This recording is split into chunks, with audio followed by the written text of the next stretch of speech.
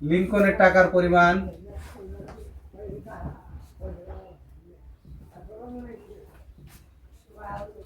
কত? x টাকা। তারপরে হচ্ছে তাহলে ডালিমের টাকা, অতএব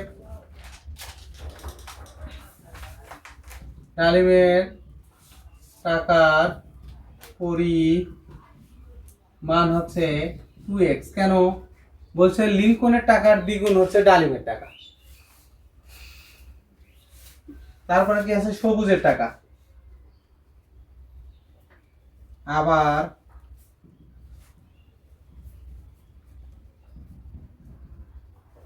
সবুজের টাকার পরিমাণ সমান কত হবে?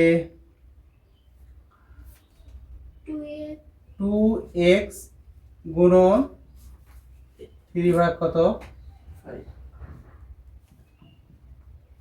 ডালিমের যেহেতু 3/5 অংশ, তাহলে কত হয়? 6x ভাগ 5।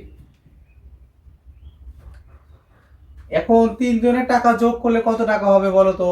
3 জনের টাকা যোগ করলে 6,300 টাকা হবে। শর্ত মতে লিখতে পারি আমরা। শর্ত মতে কত? x plus 2x plus 6x ভাগ 5 সমান কত? 6,300। তাহলে লসাগু হয় 5। 5x plus 10x plus 6x সমান কত? 6,300। তাহলে 10 আর 5 15 21 না? 21 x সমান 6 3 বা x সমান কত? 6 3 0 0 ভাগ কত? এই যে গুণন হবে যে 5, এই গুণন 5 ভাগ কত? 21। 3 হয় 3 0 300। 3 5 কত হয়? 1500। তাহলে x কার টাকা? লিঙ্কনের টাকা। অতএব লিঙ্কনের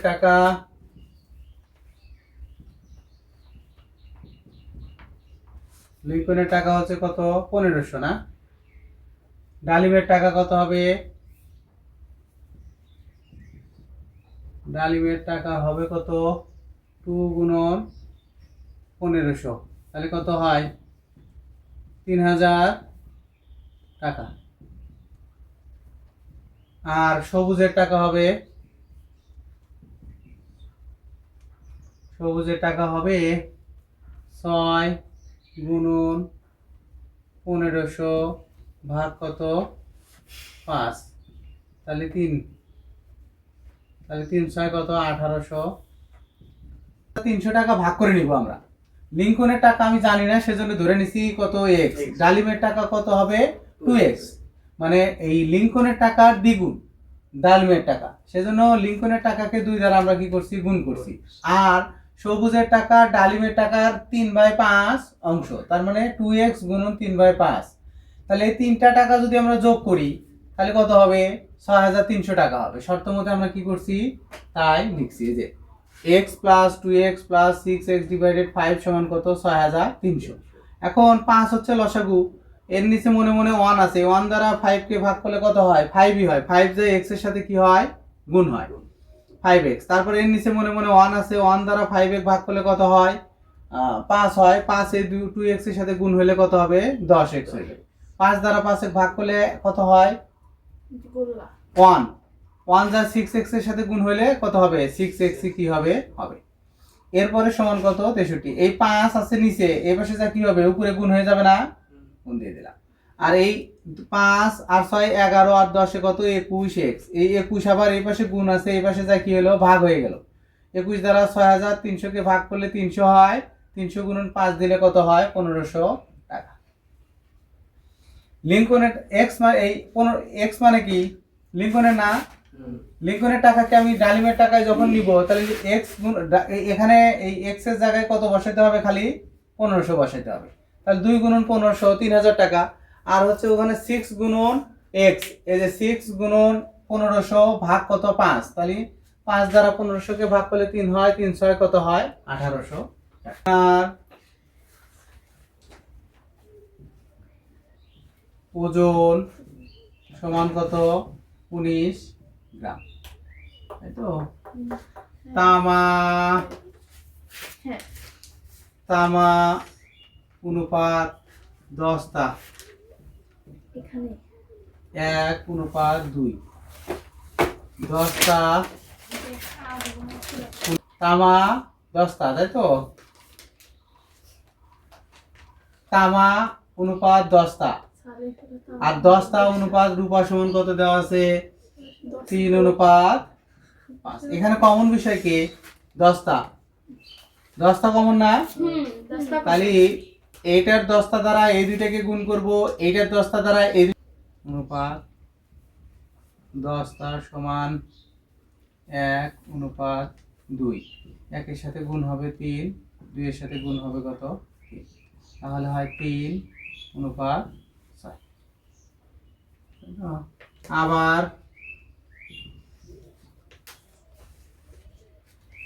দস্তা অনুপাত রূপা, দস্তা আছে হচ্ছে 3 অনুপাত দিলাম, রূপা হচ্ছে কত 5।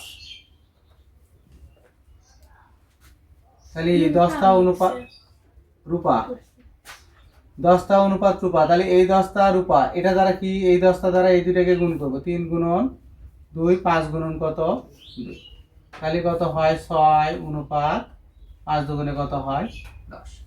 তাহলে আমরা লিখতে পারি তামা অনুপাত দস্তা অনুপাত রূপা সমান কত 3:6:10।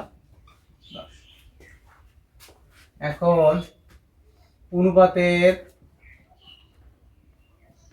যোগফল, যোগফল সমান কত হবে 3 + 6 + 10, তাহলে কত হয় 9, 19 না?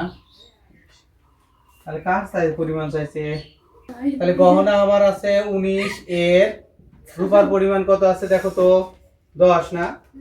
10 ভাগ কত মোট 19, তাহলে 19 19 কেটে গেলে 10, এখানে আছে গ্রাম, এই পাশে কি হবে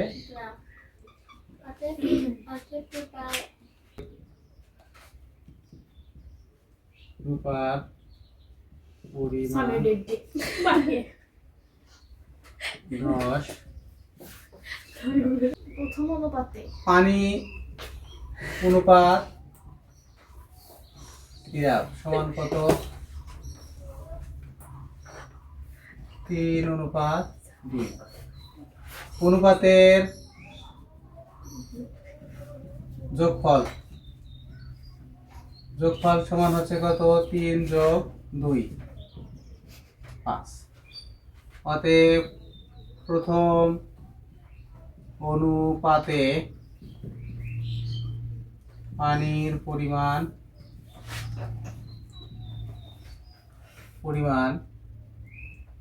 3 ভাগ কত 5। প্রথম অনুপাতে সিরাপের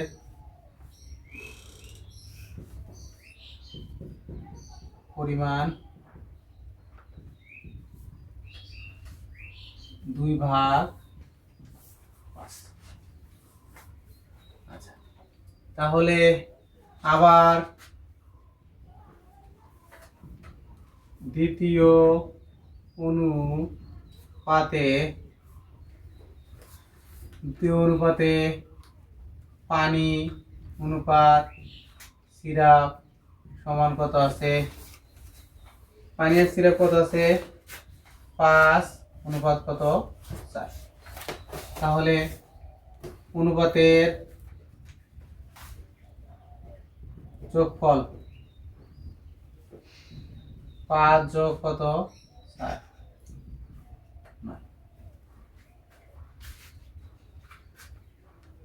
দ্বিতীয় অনুপাতে পানির পরিমাণ 5 ভাগ কত 9। দ্বিতীয় অনুপাতে সিরাপের পরিমাণ কত এই যে 4 ভাগ 9। কিসের অতএব সিরাপ না পানি? মোট পানির পরিমাণ, মোট পানির পরিমাণ এখানে এক পানি পাইছি 3 ভাগ কত 5 যোগ কত এখানে পাইছি কত 5 ভাগ কত 9, তাহলে লসাগু হচ্ছে 5 নং 45 না, 3 নং 27 যোগ কত 25, তাহলে কত হয় 7 5 12 2 হাত থেকে 1 4 আর 1 5, 52 ভাগ কত 45। মোট সিরাপের পরিমাণ, প্রথমে সিরাপ আছে কতটুকু 2 ভাগ 5 যোগ কত এখানে আছে 4 ভাগ 9,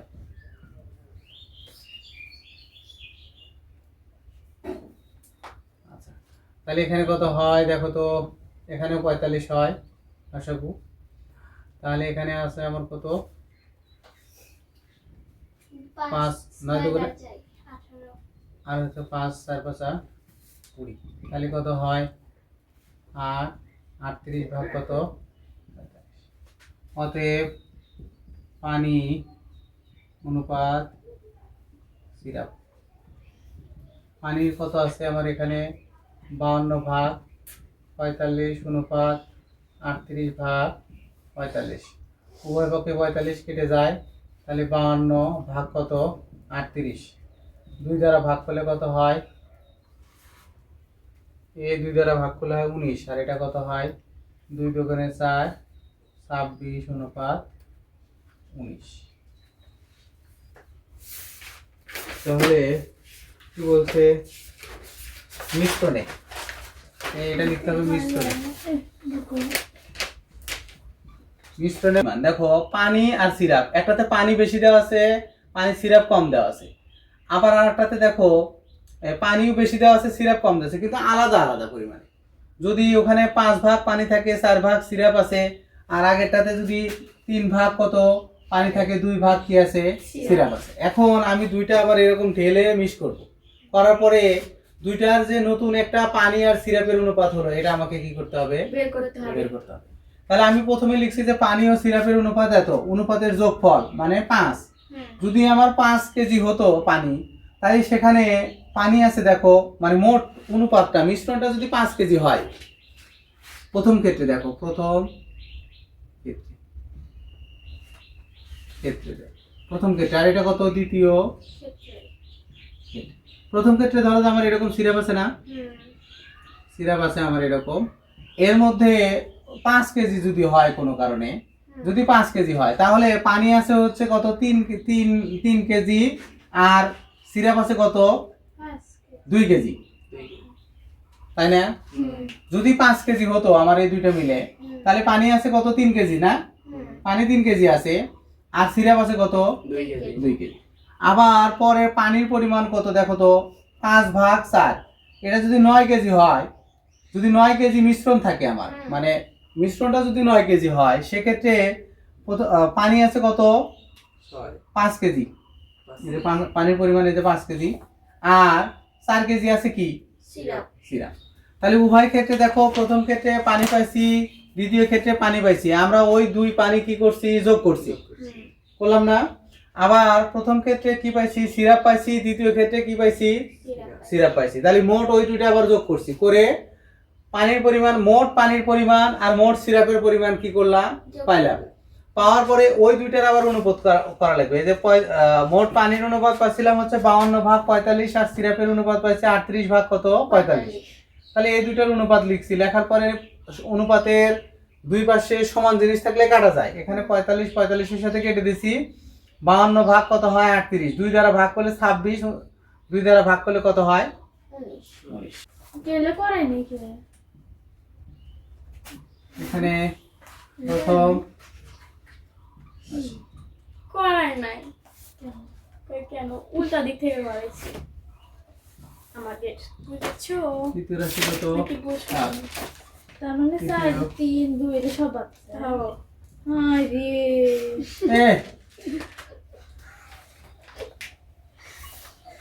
তাহলে এখানে স্যারের ক নাম্বার বলছে প্রথম রাশি 5, দ্বিতীয় রাশি 7, তৃতীয় রাশি কত 10। এখন আমরা জানি লিখব, আমরা জানি প্রথম রাশি গুণন চতুর্থ রাশি সমান দ্বিতীয় রাশি গুণন তৃতীয় রাশি। তাহলে প্রথম রাশি আমার 5 গুণন চতুর্থ রাশি আমার বের করা লাগবে, সমান দ্বিতীয় রাশি আমার 7 গুণন কত 10। তাহলে চতুর্থ রাশি সমান 7 গুণন 10 ভাগ কত 5, 5 দ্বারা 10 ভাগ করলে কত হয় 2, 7 দুগুণে কত হবে 14।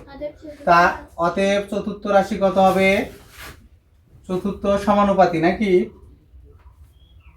সমানুপাতি